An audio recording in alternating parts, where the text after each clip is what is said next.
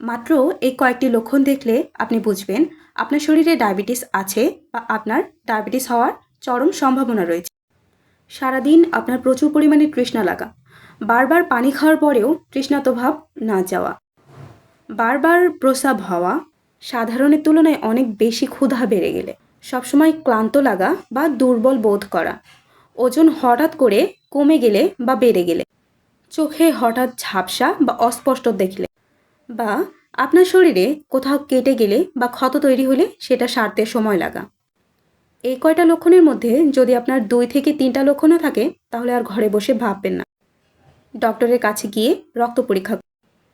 Diabetes হবে কি হবে না এটা সম্পূর্ণই আল্লাহ তাআলার ইচ্ছা।